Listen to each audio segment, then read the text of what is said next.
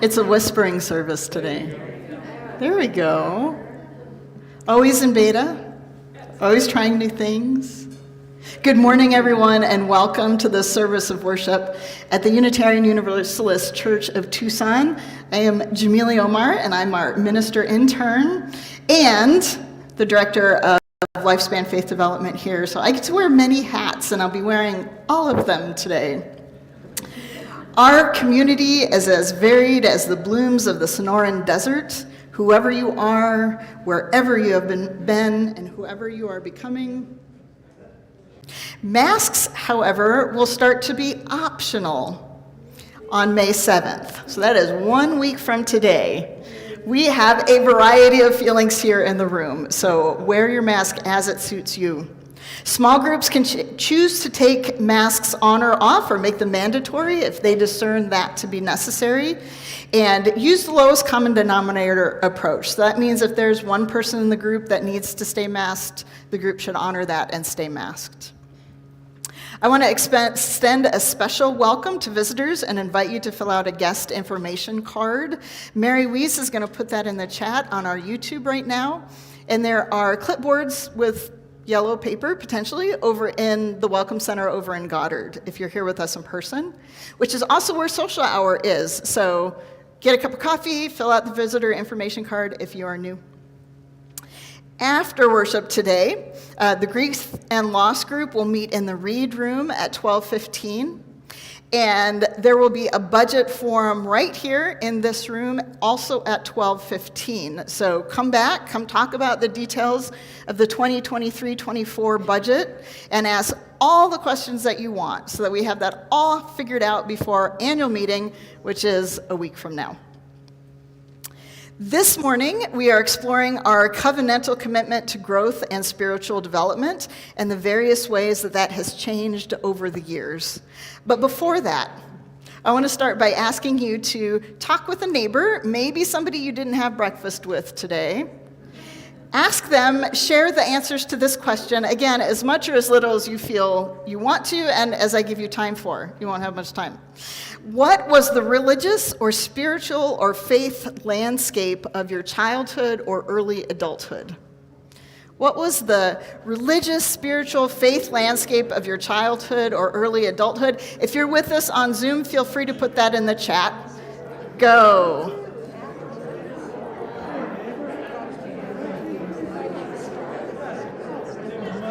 I hope so. Oh, wait.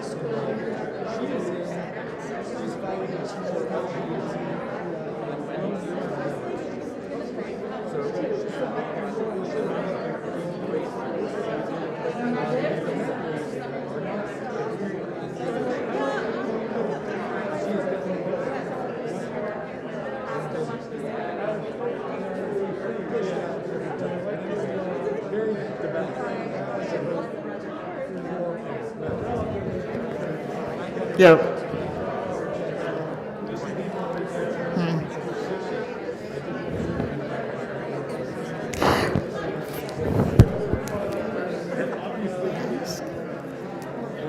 I hear some wonderful conversations happening. I invite you to continue those conversations in social hour, and we begin.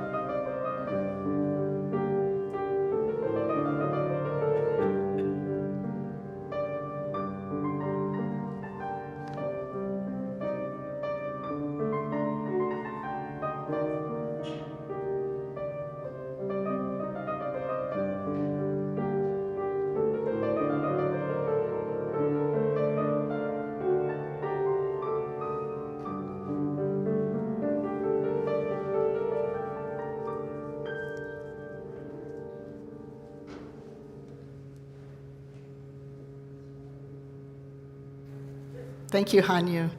You all, some of us can hear the buzzing. That is the cooling tower cooling the air conditioning unit, whatever science, mechanic stuff. Fill it in. So we will probably hear it for the rest of the service. So just that's it. Can't tell which one is on. Does that work? There we go. Our call to worship today is titled A Place of Belonging and Caring by Kimberly Ann Tomsek Carlson.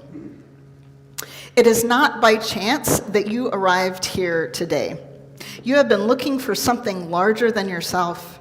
Inside of you, there is a yearning, a calling, a hope for more, a desire for a place of belonging and caring. Through your struggles, someone nurtured you into being, instilling a belief in a shared purpose, a common yet precious resource that belongs to all of us when we share. And so you begin seeking beloved community, a people that does not put fences around love, a community that holds its arms open to possibilities of love, a heart home to nourish your soul and share your gifts. Welcome home, welcome to worship.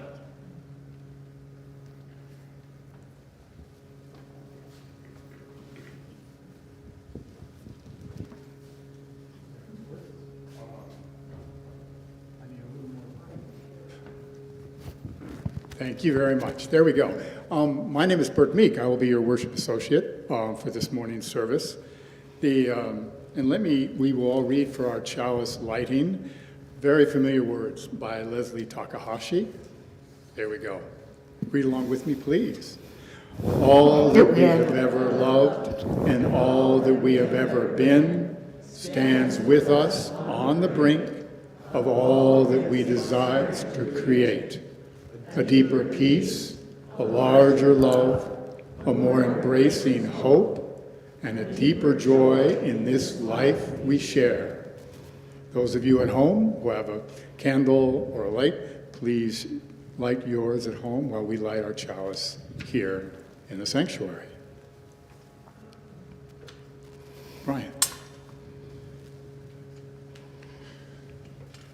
Would you rise and sing and rise in body and spirit, or spirit, and sing, I seek the spirit of a child.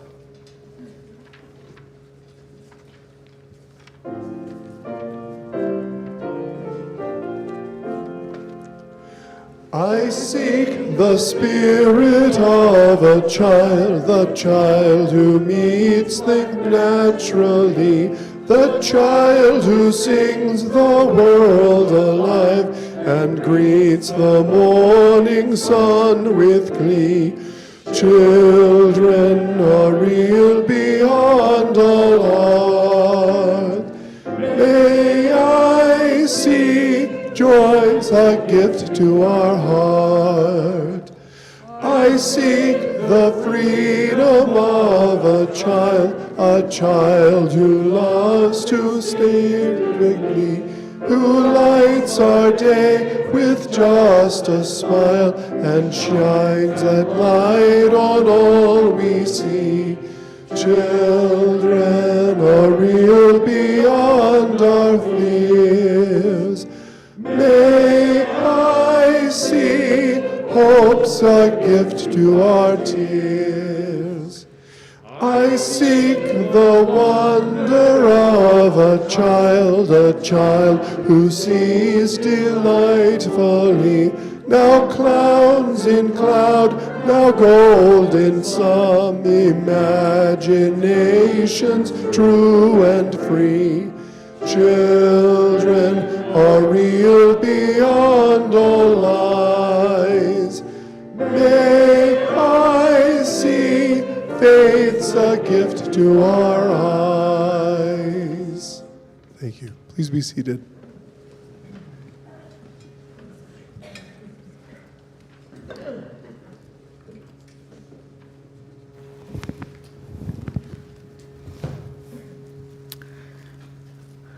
I have a story I've told you before.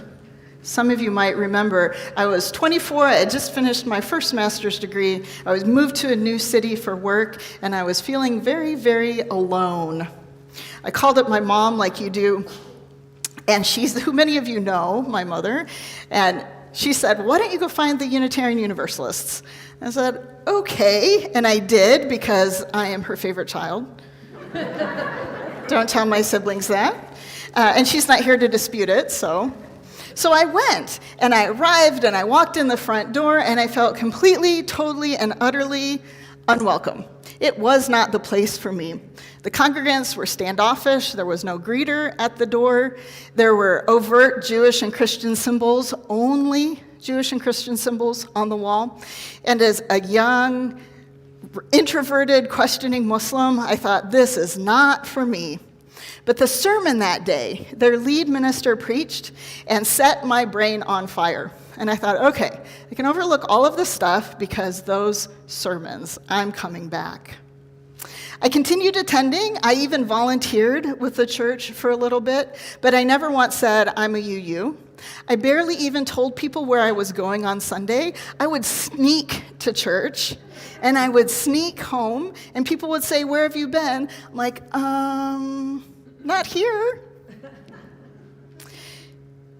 Because it was so far out of my own identity to do this. Couldn't imagine it. In fact, my only framework for understanding what we were doing in this particular context was that old TV show, Little House on the Prairie. Some of you are laughing because you remember this show. This show was a fictionalized account of a fictionalized book of Laura Ingalls Wilder's life as a settler colonialist moving across the prairie and living in big towns in Walnut Grove, thank you, right? And what I remember from those shows is Melissa Gilbert playing the title character, Michael Landon playing the dad, who always was full of wisdom. And they would go to church every Sunday. They'd dress up in their best. They'd go sit in the pews and they watch Reverend Robert Alden. I almost called him Alan Alda. That's a whole different story. Robert Alden preach. They would all sit very politely, listen to him preach, and then they would stand up and they would sing and cut to commercial. That was the only conception I had for church in my head. The whole endeavor remained strange and uncomfortable to me until I came back many years later in 2013 when Tarek, my son, was then 4, and I finally got roped into teaching religious education. We were teaching a class called Spirit Play, which is Montessori-based. You sit the kids in a circle, tell a story using little figurines and toys, and then you ask them questions. Do you see why this excited me so much? Here is a church I can understand. We're sitting barefoot on a rug, toe-to-toe, heart-to-heart, asking these big questions of these little people and their big ideas. And then it got me. And then I got it. Today, we clearly don't do church the same way that the Congregationalists of the 1870s did church. But while we've abandoned the one-room school, our education might be more like the fictionalized Little House on the Prairie than what's happening in reality of that time. So humor me. I want to take us back in history for a little bit. I want to take us back to the U.S. in the early days of Unitarianism and Universalism because the wisdom of those ancestors might help us weather some of the challenges we're facing in education today. So here's where we start. Our history in brief, very brief. Unitarian Universalism is a liberal religious tradition that was formed from the consolidation of two religions, Unitarianism and Universalism, very clearly because of our name. In the U.S., the Universalist Church of America was founded in 1793, the American Unitarian Association in 1825. After consolidation in 1961, these faiths became the new religion with the two U's together. Our association became the Unitarian Universalist Association. All caught up. That's all the history we need to know today. So in the early days of the Universalists, remember this is 1790s, right when Laura Ingalls Wilder is trekking across the country. Religious education and liberal religion was experiencing its first emergence because, Kimberly Sweeney writes, for the majority of the history of religion in the United States, for Christian and indigenous peoples alike, faith formation has occurred outside of a classroom. Faith formation was not relegated to a classroom. Families kept holy days together. Small communities were far less diverse, so public daily life reinforced values and beliefs that were held at home. In some places, even any activity on a Sunday that wasn't worship was outlawed, was illegal. This was faith formation. Families prayed together, celebrated traditions together, worshiped together. Faith formation in everyday life. Education did not occur in isolated, age-segregated classes. In fact, the purpose of early public schooling, so not religious education, public schooling, was to teach morality and virtues, not the academic subjects that we think of today. So there's this deep entwining of religion and education and faith formation. This trend began to shift in the mid-1700s with the emergence of the divisions between church and state. So now churches were not in schools. How could we teach faith and morality?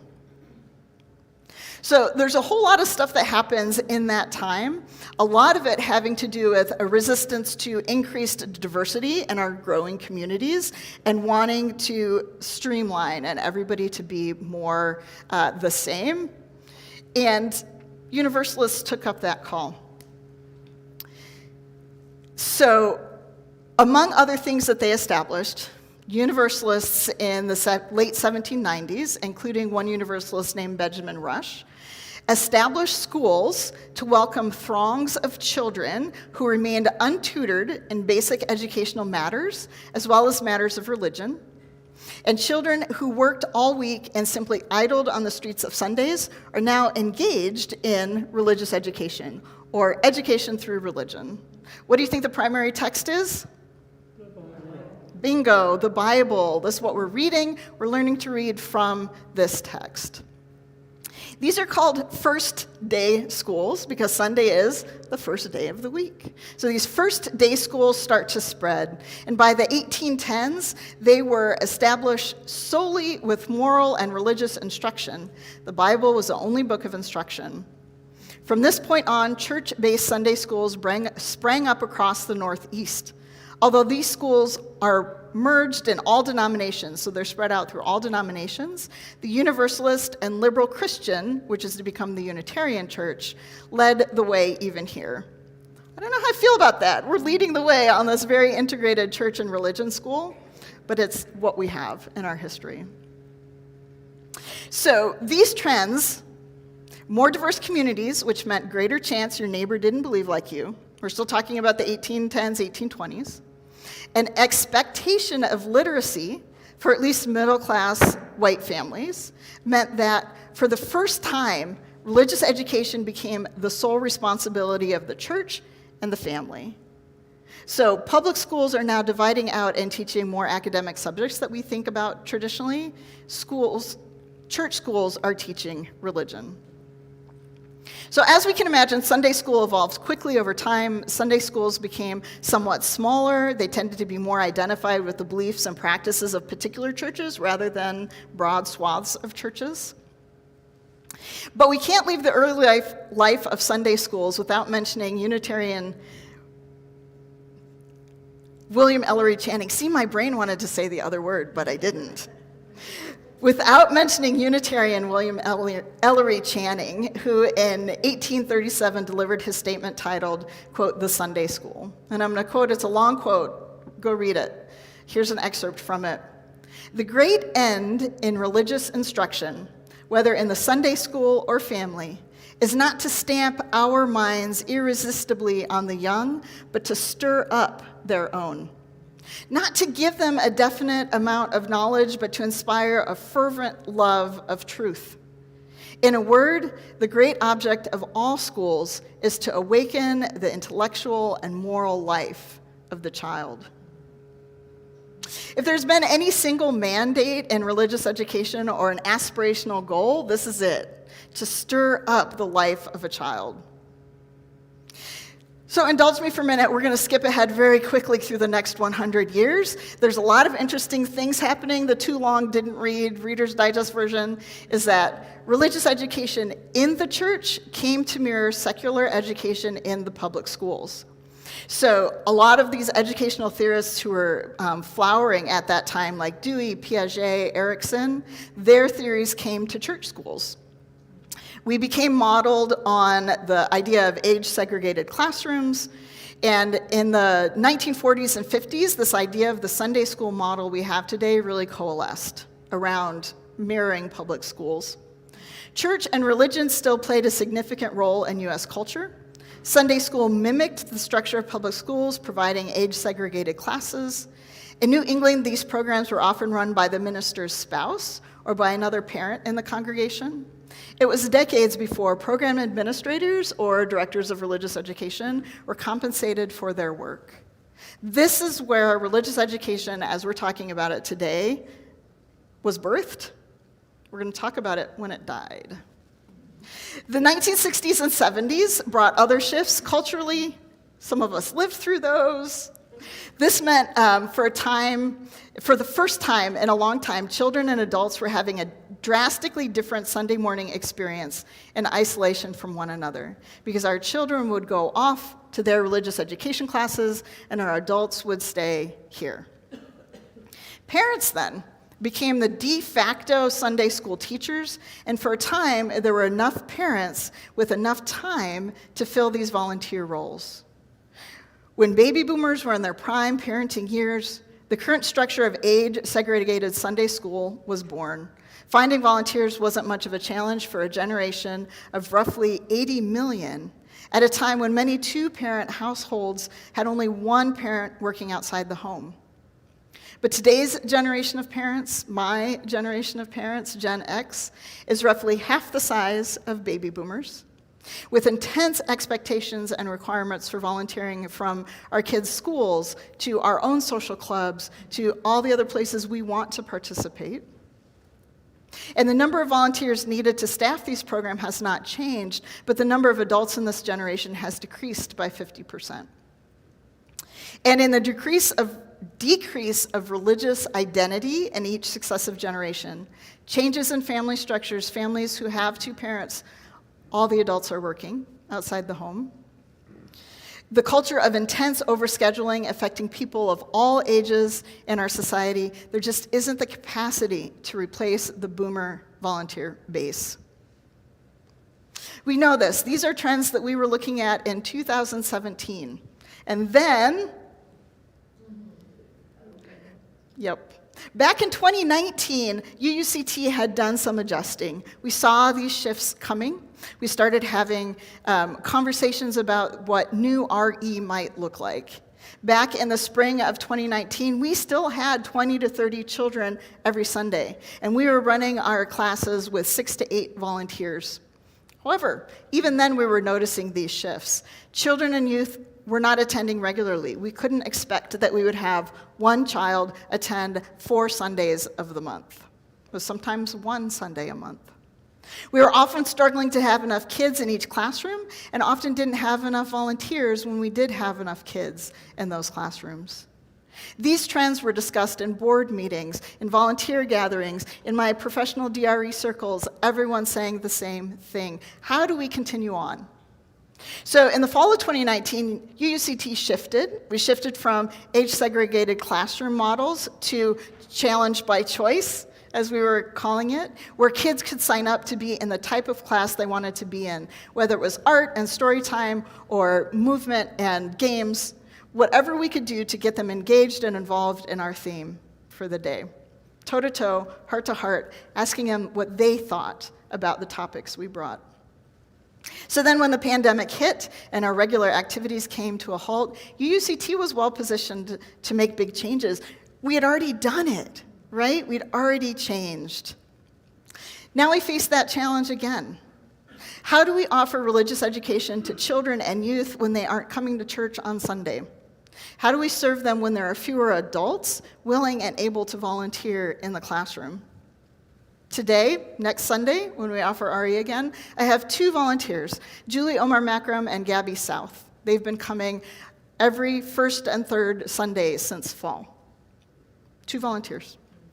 We have a one-room schoolhouse model, which serves all our under 18-year-olds who show up on any given Sunday.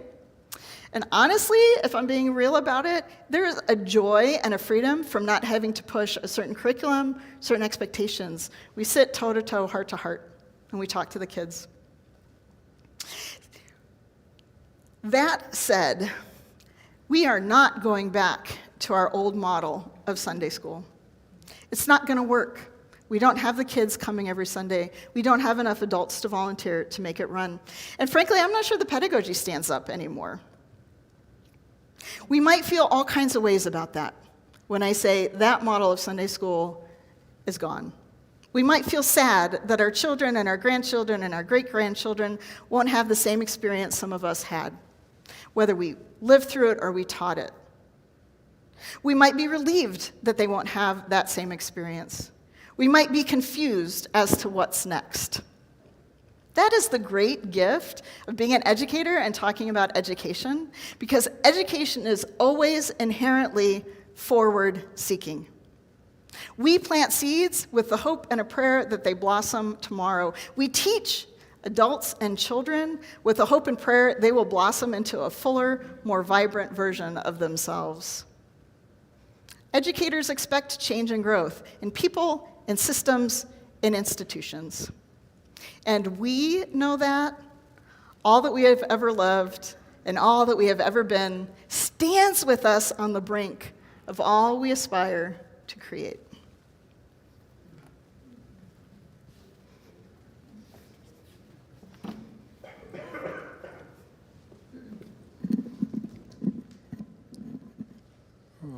Very interesting thoughts there. It's time now for our weekly ritual of joys and sorrows. Remember that all of us carry both joy and sadness inside. How we feel may not be obvious at all to those around us, but our emotions nonetheless are very real and very present for each and every one of us. And therefore, we all need time and place to honor those feelings. Remember now that our earth is strong, more than strong enough to hold all of our pain, our joy, our love, and our anger. And this over here is our shared bowl, which we use for this ritual each week. It holds big rocks as representative of our earth, and they also signify our collective celebrations and mournings. And in just a minute, added to those large rocks will be the smaller stones that you give to recognize your individual joys and individual sorrows. Now, when I reflected on today's sermon topic, I was brought back 32 years ago. My son was 8, and my wife and I wanted a Sunday school whose curriculum celebrated the beauty and worth of each and every child. We wanted him to be in a setting that encouraged the joy of connection to others. Now, the UU Church in our small town in Maine provided exactly the kind of Sunday school experience that we wanted for him. He was happy and involved from the very beginning. And when I saw what a positive experience it was for him, I decided that, hey, I want some of that for myself as well. And so I joined the church. I am grateful for the connections that I made back then, and I'm even more enormously grateful for the connections I feel now to be part of this beloved community. Now, we who live in the desert know that water is a life-sustaining but very scarce resource, growing scarcer by the month. So let's remember those who walk through our desert right now without access to water. We pour water from this jug to represent the jugs of water left by our ministry partner, No More Deaths, to help those coming into our country survive this perilous journey. You'll note the decorations on the jug made by our children in RE, because No More Deaths also decorate their jugs to show that they are a gift to those who cross our desert. Now, those of you who wish to share your joy or your sorrow with us online, please go to menti.com and enter this code 6742207.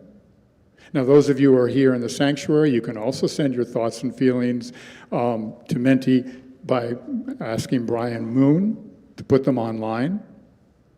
And lastly, if you're here in person and you have a joy or a sorrow that you wish to share, you are welcome to come up now to the table and place a stone to symbolize your joy and your sorrow.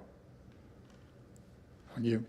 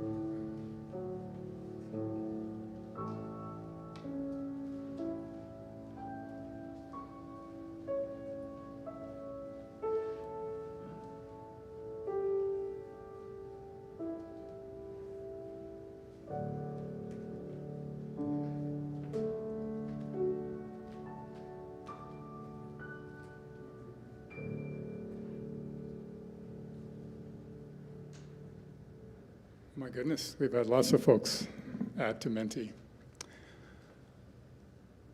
One person is anxious about the violence in the world. Actually, many, many people are anxious about the violence in the world. Another person says, my sorrow is that our reality today is so far from acceptable, something we all can understand. A third person says that they have joy for those supporting and loving our LGBTQA plus community this week, especially appreciative of Tucson High, who hosted a drag show last night despite some vocal opposition. Good for them.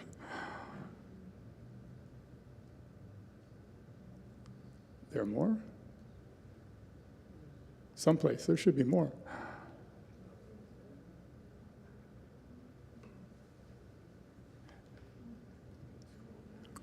Is that it?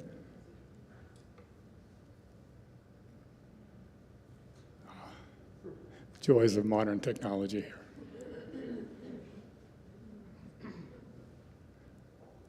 We're good for those. Oh, okay. It's a subtle hint, but I picked that up. It's the end of this one. So.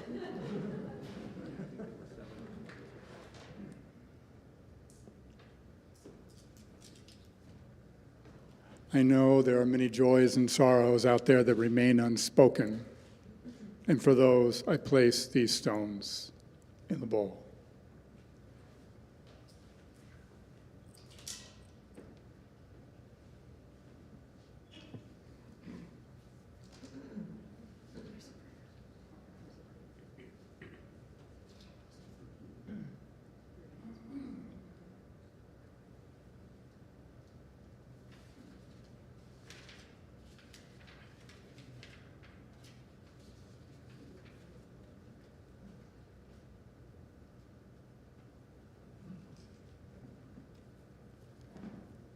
always beta.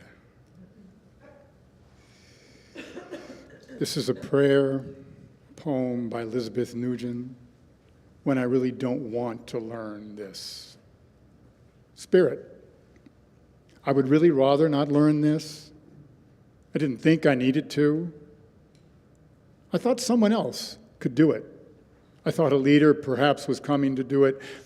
I thought the young people could do it, or maybe the elders, they could do it, or the professionals.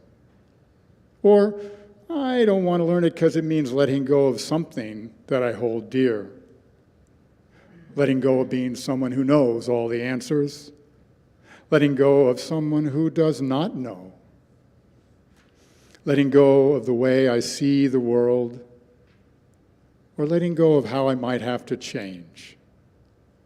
Letting go of certainty, of logic, of facts, of control, of the myth that perhaps you can live on this earth and not harm, or the myth that perhaps you can't learn anything new. So help me learn it, please.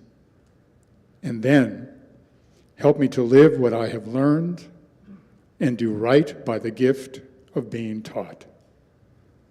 Thank you.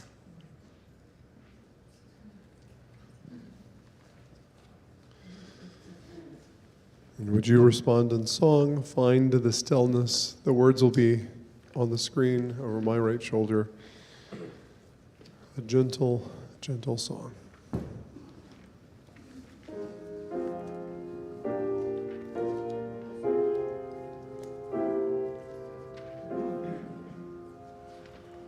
Find a stillness, hold a stillness, let the stillness carry me.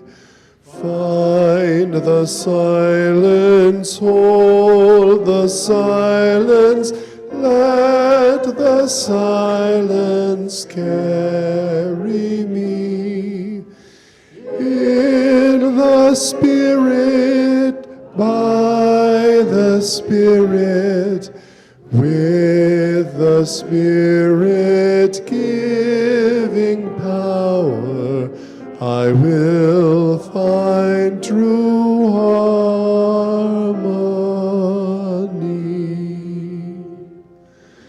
Seek the essence, hold the essence, let the essence carry me.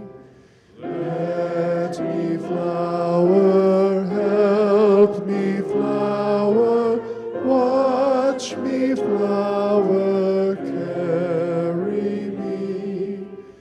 In the Spirit, by the Spirit, with the Spirit giving power, I will find true harmony.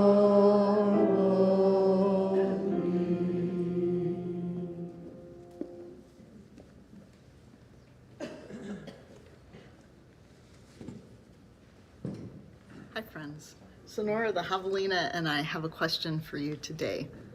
Who of you knows the book The Lion, the Witch, and the Wardrobe? Do you remember how Lucy discovers Narnia? Lucy is the youngest of the children, and she's the one who gets to Narnia first. Do you remember how? So they were playing a game of hide and seek, and Lucy is looking for the very perfect place to hide, and she opens up the door to a big wardrobe. That's a word we don't use a lot very often. It just means a closet or a cupboard or a big standalone chest that people hang coats and jackets and stuff in. She goes through the door of the wardrobe and she goes to the very back where she thinks there's going to be a solid wall. And suddenly she falls into a whole other world. It is a magical world with witches and fauns and talking beavers and so much more she doesn't even know about at this point in the story. Wouldn't it be cool if there was a magical world beyond every door? When Lucy opened the door to Narnia, it didn't look like anything special. It was just a boring door in a closet filled with clothes and coats. But across that threshold was magic. Lucy already had a foot in Narnia before she even realized what was happening. And many of the thresholds we cross in our lives are like this. We don't know that they're happening until we are already halfway there. The door of a church takes us down a pathway of growth we might never have expected. The door of a doctor's office opens into life with a hard diagnosis. A restaurant door opens onto a first date and echoes forward into the relationship of a lifetime. A beloved person's door closes behind you and sends you out into the world heartbroken. The door to a library or a gym or a dance studio introduces you to a life's passion you might not have otherwise discovered. We cross these thresholds every day of our lives for good and for ill, in joy and sorrow, in bittersweet truth. Truly, even our own front door is a great threshold, no matter how familiar the worlds within and without may be. Given our lives' reality of constant change, every day we open the same old door again, only to step out into a world that is new since the day before. In this way, there's a new world behind every door, awaiting our discovery if we will only encounter it as such.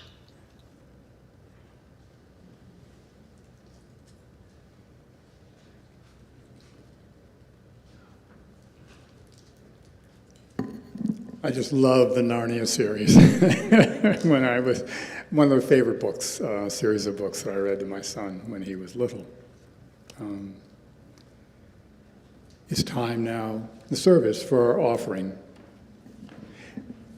However you participated in today's service, here, from afar, later on this week, this month, our congregation depends on you for financial support.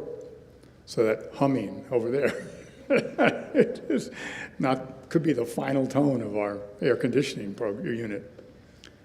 So the ushers will soon be passing collection baskets around among you. For those of you watching us from afar, you can send a check to our church office if you wish. You can give online to uuctucson.org/donate. You can even text the number 833-361-5796.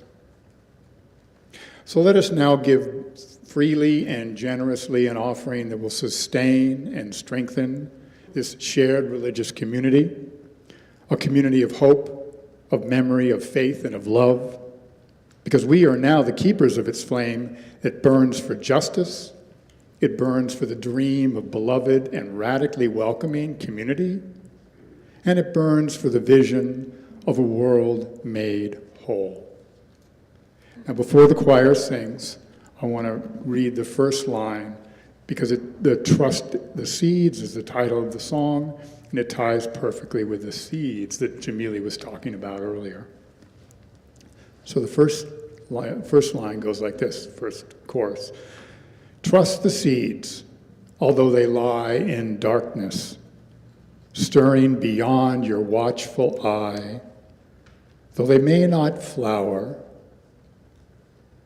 as you dreamed they would.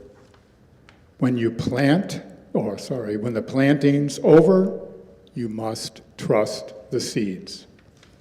Brian.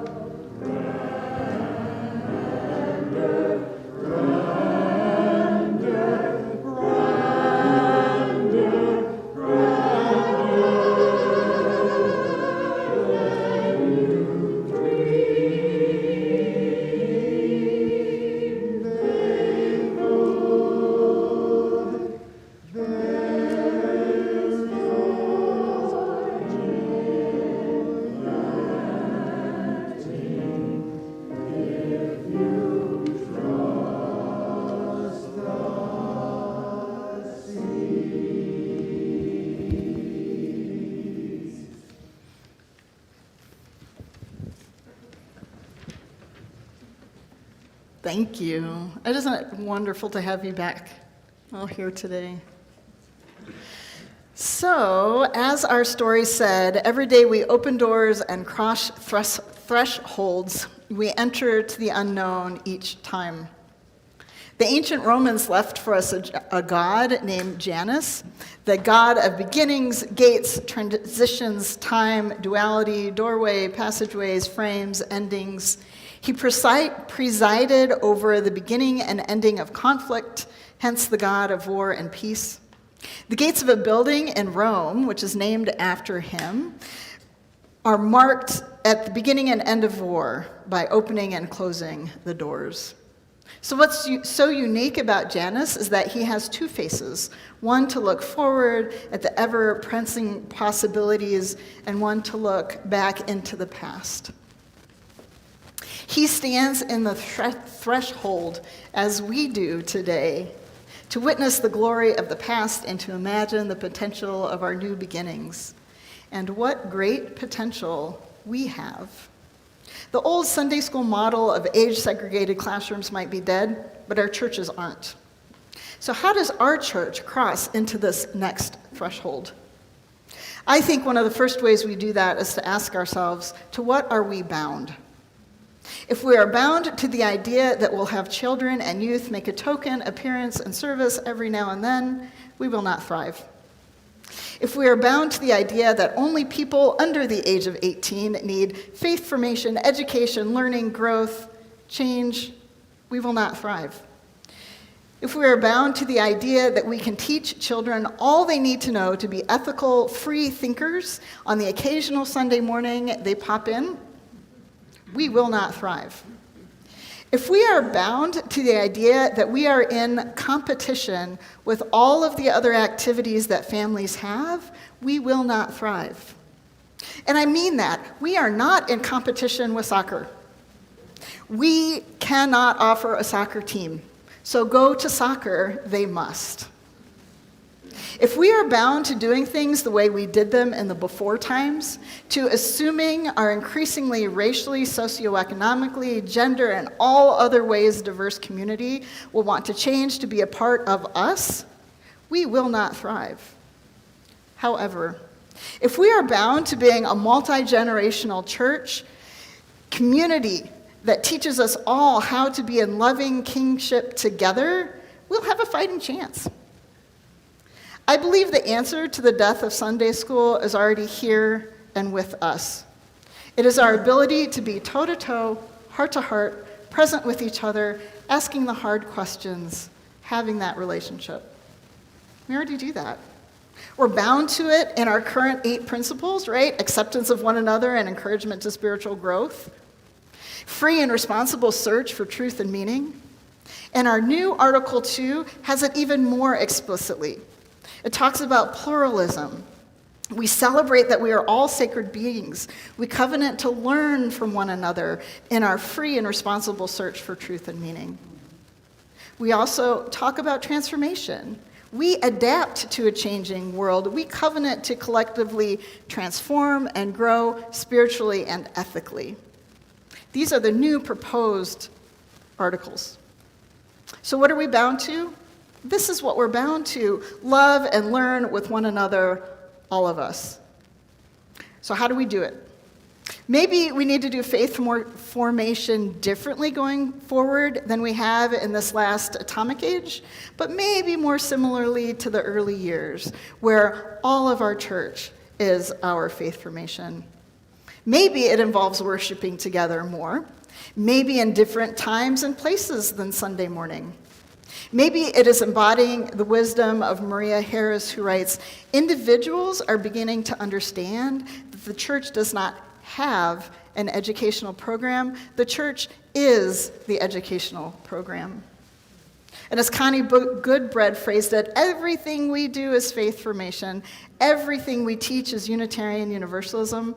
The congregation is the curriculum. And maybe it's shouting from the rooftops what we're already doing well. We have 21 youth on campus at 12:30 today to learn about OWL, their Our Whole Lives programming. It's a way that we help families bridge the generations when they leave our time. Maybe it's in hosting a pop-up event. Beth, how many people did you have at your house yesterday? There were 20 of us. 20 people gathered for socializing and getting to know each other. It's another way that we do faith formation. Yesterday, I hosted a Baja 4 Santa Cruz River field trip to pick up trash. 19 people came out to stand in the hot sun for 3 hours to learn about the Santa Cruz riparian? Yes, thank you. Watershed system and pick up trash. We hauled off a whole SUV load of trash from there, right? Our social justice work as faith formation. So you, out there, what do you have in you that you can share with those around you? How can you bring other people together, toe-to-toe, heart-to-heart, to have those relationship-building conversations? Patrick Overton wrote this small little poem. He said, "When you walk to the edge of the light you have and take the first step into the darkness of the unknown, you must believe one of two things will happen. There will be something solid for you to stand on, or you will be taught how to fly." We can learn how to fly. Sunday school might be dead, but our church is alive. And what's the future of church? Relationships. It's us. We are here, and we can do this together.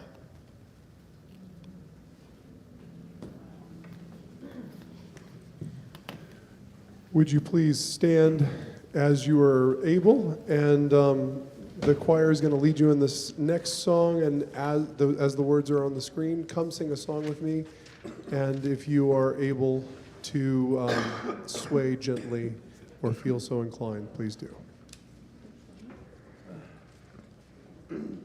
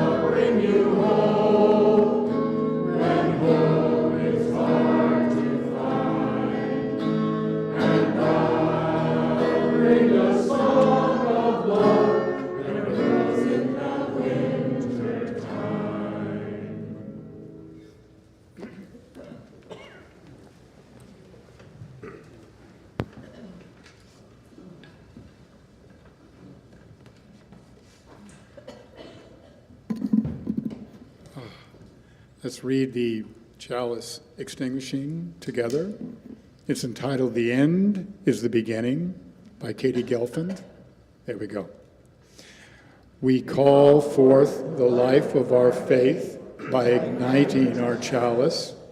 This spark of new beginnings invites us into a sacred space to reflect where we have been and where we are going.